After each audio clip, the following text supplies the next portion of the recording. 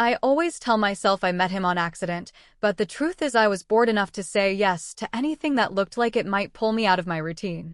I had just gotten off another dead-end shift at the cafe, still smelling faintly of espresso and dish soap, when I saw him outside fiddling with a tiny tripod that kept collapsing in on itself like a dying insect. He looked frustrated, muttering something at the tripod like it had personally betrayed him, then glanced up and caught me watching. Hey, he said.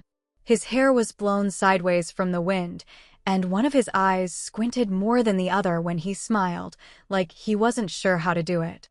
Sorry, this thing hates me. I laughed, because the tripod did look like it was trying to escape. Maybe it's a sign. Yeah, probably telling me to quit YouTube and become an accountant or something. He nudged it with his foot. But here I am, ignoring signs like a champion. He said it like a joke, but I heard the edge underneath, someone trying hard to sound light even when they weren't. That's what made me stay instead of walking past. That small crack in the facade. I'm trying to film a quick intro, he continued, pushing his glasses up his nose, but my friend bailed, and the wind decided today was chaos. Could you, maybe, hold the camera? Just for like a minute. Normally I'd say no.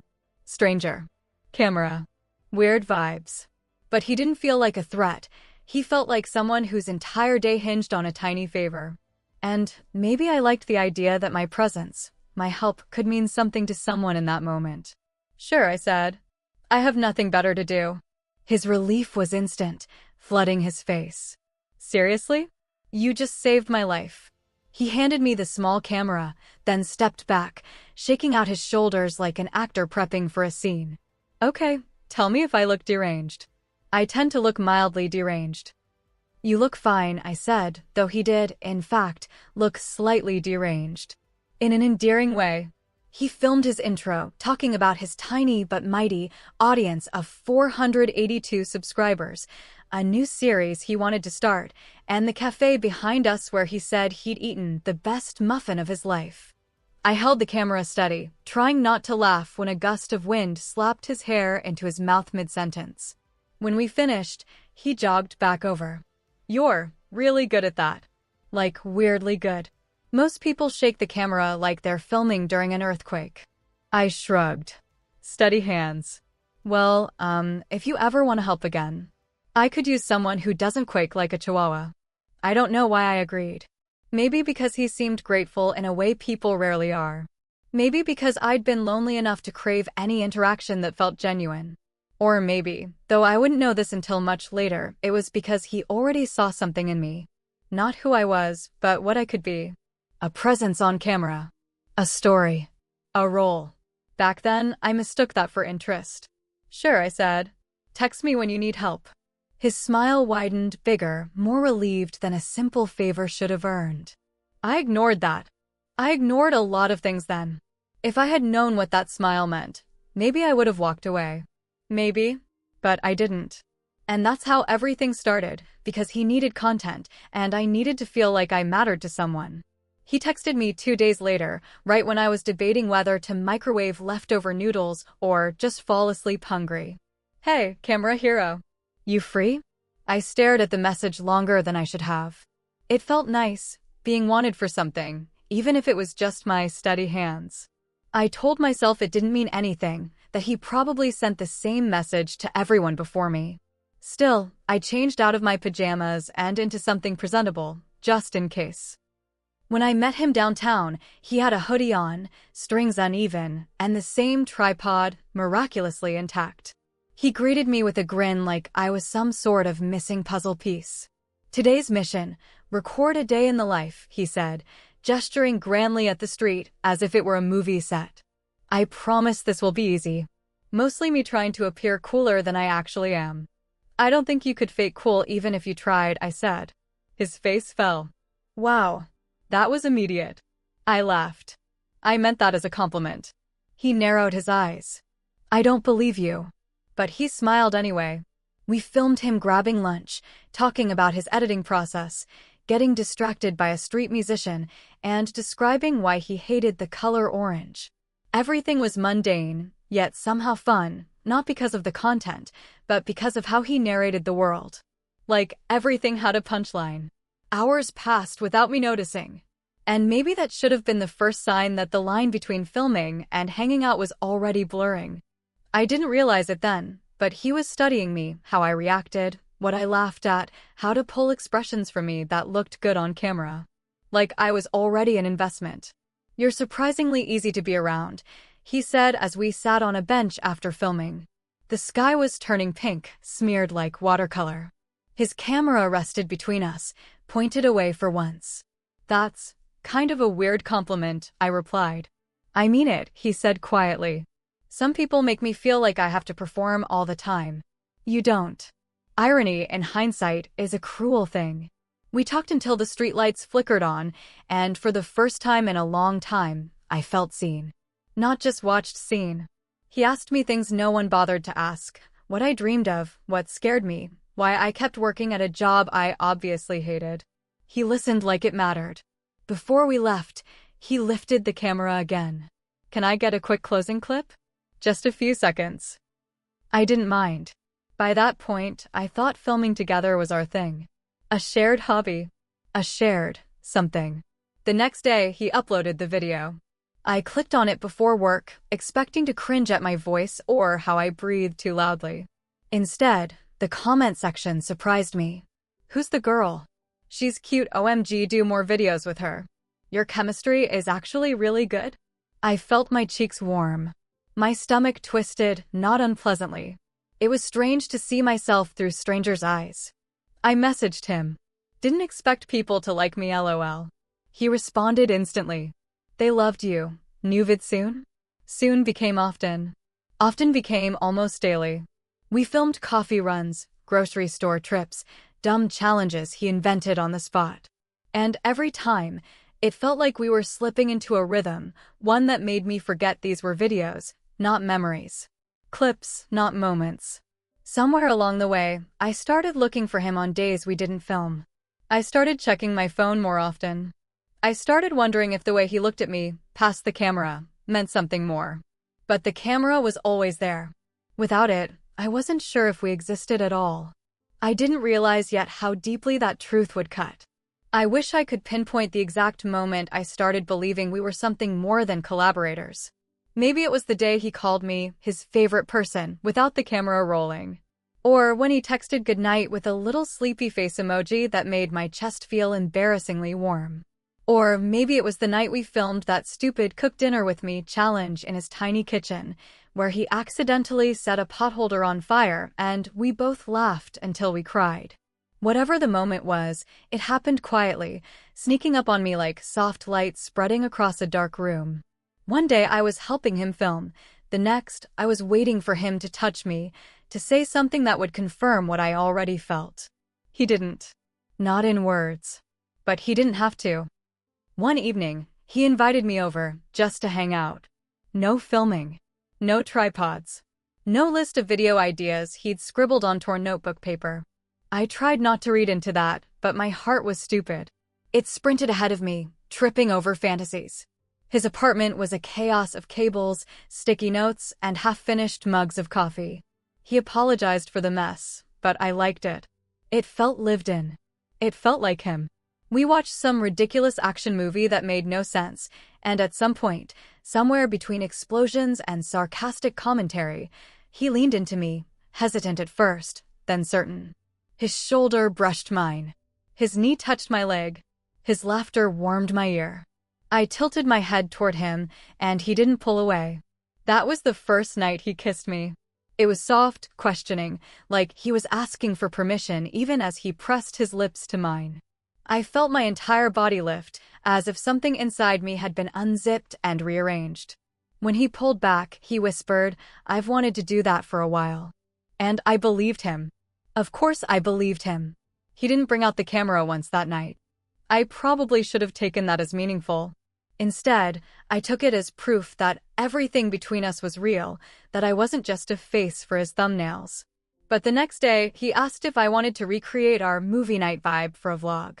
I laughed because I thought he was joking. He wasn't. "People love cozy couple content," he said, eyes bright with ideas. "We don't have to kiss on camera or anything unless you want to," he added quickly. It's just, we had a great night, and I think viewers would love to see that side of us. Us, he said. Like we were something defined, official. I let myself cling to that word. I let it bloom inside me. I let myself cling to that word. I let it bloom inside me. We filmed the reenacted movie night, except everything was staged. He positioned the pillows. He angled the lights. He made me repeat lines that I'd said naturally the night before. The spontaneity was gone, replaced with his soft but firm direction. Laugh a little, he told me at one point. Move closer to me for this shot. Say that thing again, you know, the part about bad CGI? That was cute. And I did everything he asked, because I knew what the real night had been. I thought the camera was just his version of keeping a memory. After the video went up, his subscribers exploded with excitement. OMG, they're totally dating. This is the cutest content you've ever made. She brings out the best in him. I read every comment. All of them made me smile. All of them made me hopeful. He didn't ask me to be his girlfriend in a grand, sweeping way. It happened quietly. One day he introduced me to someone off camera as my girlfriend, and the word didn't feel strange at all. But even then, the camera was never far. Date nights turned into vlogs. Private conversations turned into bits. Intimate moments became content opportunities. I told myself it was fine. That this was just his job. That the way he held my hand, the way he nudged my knee under the table, the way he whispered against my neck when the camera wasn't rolling, those were real. But a part of me noticed something unsettling. He didn't touch me unless there was a possibility of capturing it later. Affection had become currency, and I didn't realize yet how much I was paying. I used to believe that painful moments announced themselves, that betrayal would arrive like a slammed door or a shouted confession. But the moment I learned the truth didn't explode. It whispered. It crept in quietly, almost politely, as if it wanted to give me the chance to look away before it showed its teeth. It started with me looking for a charger. That's it. Something stupid. Something every day. We were at his place. He was in the shower, humming some off-key tune, while I sat on his couch scrolling through my phone. My battery dipped to 3%, so I went looking. His desk was a mess, cables tangled like vines, memory cards scattered everywhere, scribbled notes piled up. Typical him. I opened a drawer. I wasn't supposed to. Inside was a stack of notebooks, thick, worn, filled with his cramped handwriting. I recognized the top one immediately. It was the same notebook he used to jot down video ideas. I didn't mean to pry. I swear I didn't. But the notebook fell open in my hands, and fate, or something crueler, presented me the page. Series idea. Dating a girl from the cafe. I froze. Underneath it, written in messy bullet points. Relatable, small creator romance angle. Natural-looking chemistry equals higher engagement. Weekly couple content potential. Girlfriend reveal video later. Need someone authentic-looking, not camera-shy. Authentic-looking. Not camera-shy. A role. A list. An outline. A casting sheet. My breath caught, thin and sharp like swallowing ice. I tried convincing myself, maybe this was old, maybe this was a concept he never used, maybe this had nothing to do with me. Except then I saw the date in the corner of the page. It was written a week before we met. My hands went cold. I flipped through more pages, my curiosity now a runaway train I couldn't stop. There were sketches of thumbnails with a girl blurred out. Mock titles like, She Saved My Channel, and How I Met My Dream Girl. Notes about what kind of personality would work on camera. Ideas for challenges, date vlogs, emotional arcs. He didn't just meet me. He'd been looking for me. Or someone like me. Someone to fit the template. The shower turned off. Panic jolted through me. I shoved everything back into the drawer, crooked, messy, like guilt made physical, and rushed back to the couch, heart hammering so hard I felt it in my throat. My hands wouldn't stop shaking. He emerged in a cloud of steam, towel around his shoulders, hair dripping. He smiled when he saw me. There you are, he said, leaning down to kiss me lightly. Miss me? I flinched. I don't think he noticed. That night, I barely spoke. He chalked it up to exhaustion. He joked, he touched me, he curled against me on the couch. I stayed still, letting him press his face against my shoulder, and all I could think about was that notebook, that I was someone's idea before I was someone's person. The next morning, I couldn't pretend anymore. "Can we talk?" I asked, voice tight. He paused mid-step, coffee mug halfway to his lips. Sure? What's up?" I swallowed hard. "I found your notebook." The color drained from his face faster than I expected. He set the mug down carefully, too carefully, like any sudden movement might shatter something. "What did you read?" His voice was thin, stretched. I hated that question. "What did you read? Not are you okay?" I saw the page about dating a girl from the cafe. My voice cracked despite my best effort to sound steady. "The list. The notes. The whatever that was." He rubbed the back of his neck, avoiding my eyes. "Okay, listen." I cut in. "Was it about me?"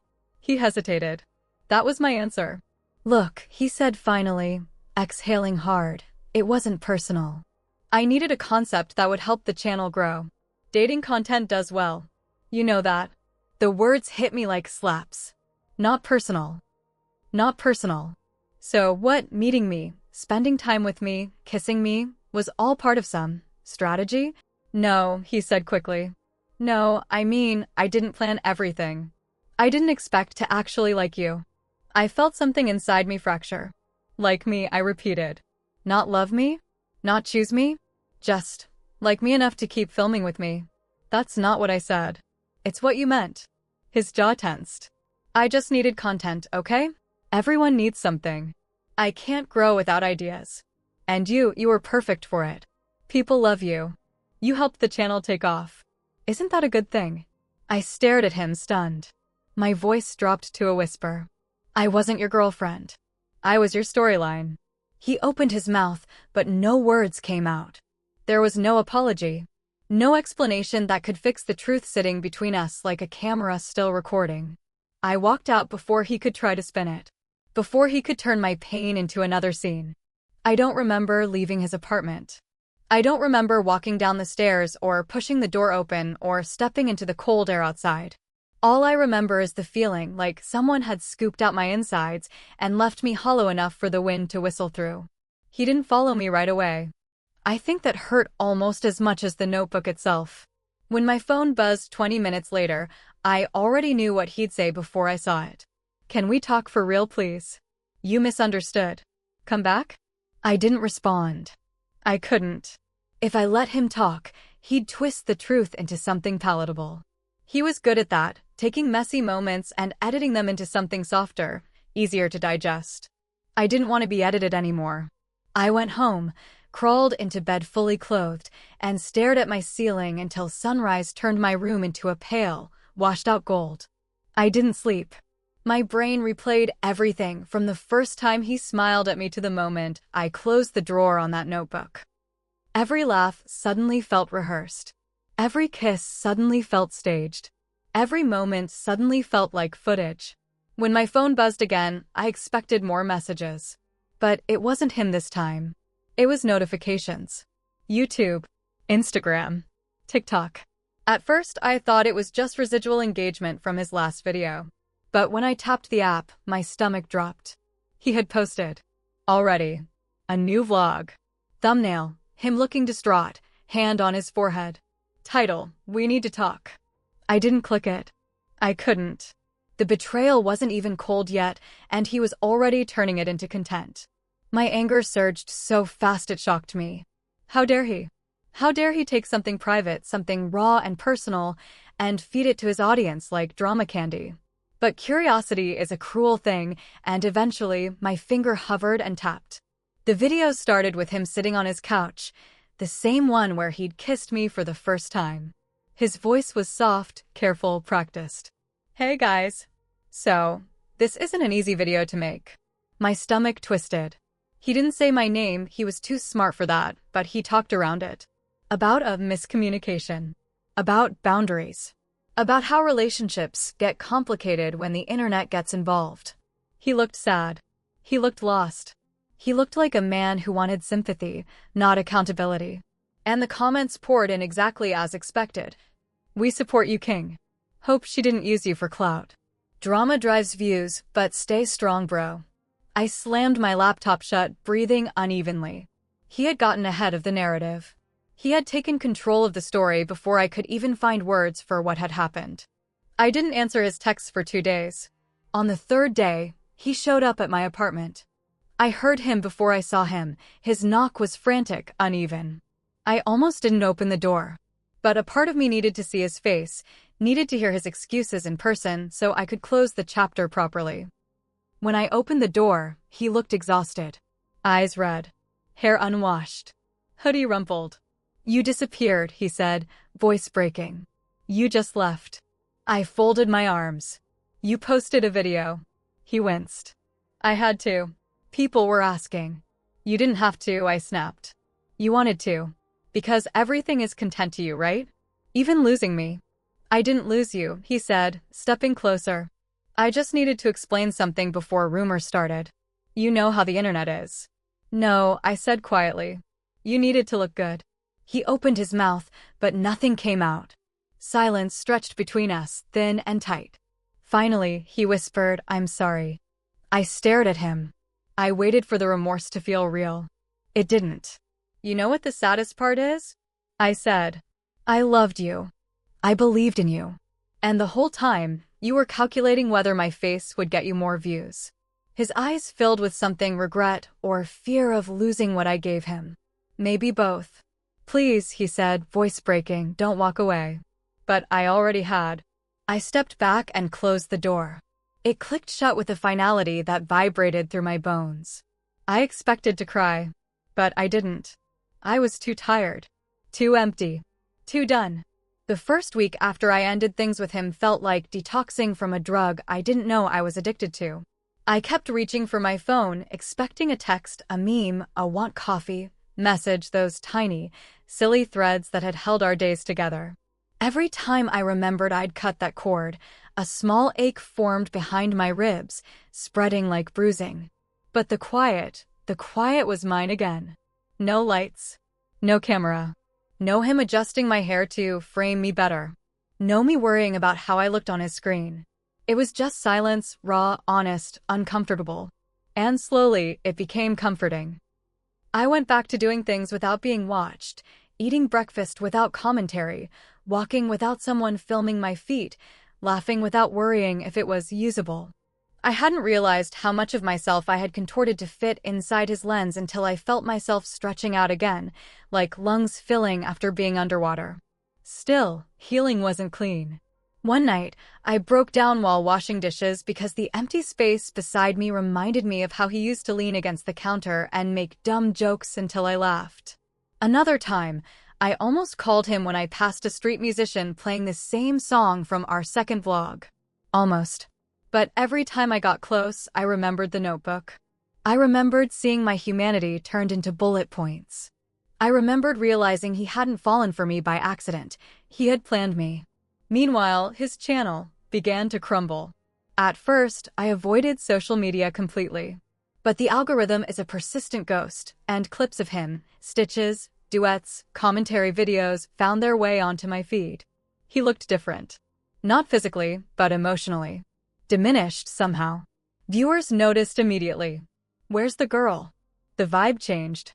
He's not the same without her. Then came the more brutal ones. Bro used her for content and lost her, yikes. We all know why she left. This feels fake now. His subscriber count plateaued. Then dipped. Videos that once hit tens of thousands of views now struggled to reach a few hundred. I watched from the outside, detached and strangely numb. This was the consequence of building a story on someone else's shoulders. Eventually, when they walk away, the whole structure collapses. Then came his apology video. I didn't want to watch it. I truly didn't. But my friends sent screenshots and people from the cafe whispered about it, and eventually curiosity, or closure, won. I clicked. The video opened with him sitting alone in his apartment. The same couch. The same lighting. But his face looked older, tired in a way that felt deeper than sleepless nights. I messed up, he said, staring at the floor rather than the camera. I hurt someone I care about. My chest tightened despite myself. He talked about losing sight of what mattered, about letting the pressure of YouTube warp his priorities. He didn't mention the notebook. He didn't mention the planning. He didn't mention the way he'd turned our breakup into content. But he looked genuinely broken. And that hurt in its own way, because I wanted to be immune to him, but I wasn't. At the end, he whispered, "If you're watching this, I'm sorry. You didn't deserve any of it." I closed the video before it finished.